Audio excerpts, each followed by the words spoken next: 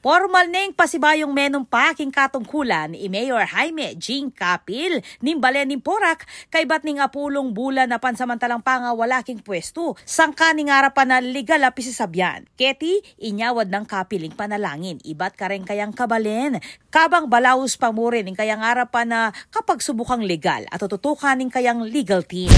Panalangin po inganyawaran tamo ka rin kaya katamong kabalen at din kaya katamong pong legal team naman makantabela.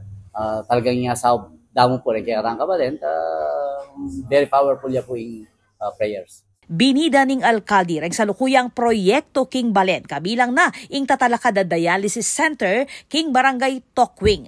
Target na kanong mitalakad metong pang pasilidad king eastern side ning Balen bang apag silbian lareng residente king marayong lugar.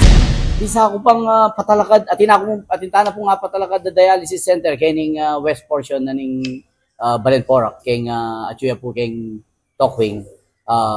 Bali makikater po ka rin deng kining bandang west. Puri ko atin naman kining east mo naman na patalakad tamo pong dialysis center. Kabilang kareng plano ng Mayor Capiling pa magpalwalas kareng mani munang dalan ing pa magpagawa kareng alternatibong ruta bang apabilising biyahe at aywasan ning trapiko at ing pamagpasanting ning Eco Park bang aywasan na ring aksidente para kareng daralan keti. Patuloy tala pong ipalwalas dito ang kaya katamong dalan.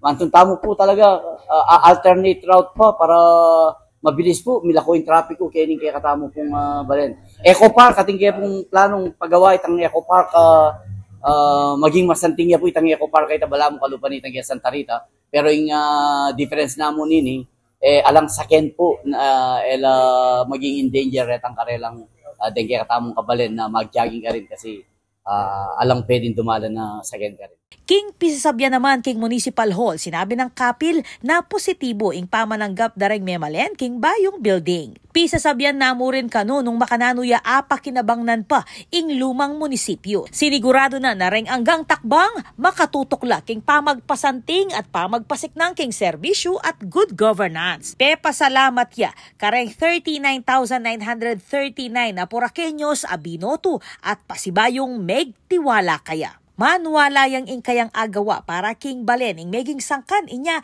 pasibayo reng binalik king pwesto reng memalen. Samantala, sinabi na namang Vice Mayor Jen Capil, ing anak ning alkalde, na malwat ning makasadya para king posisyon.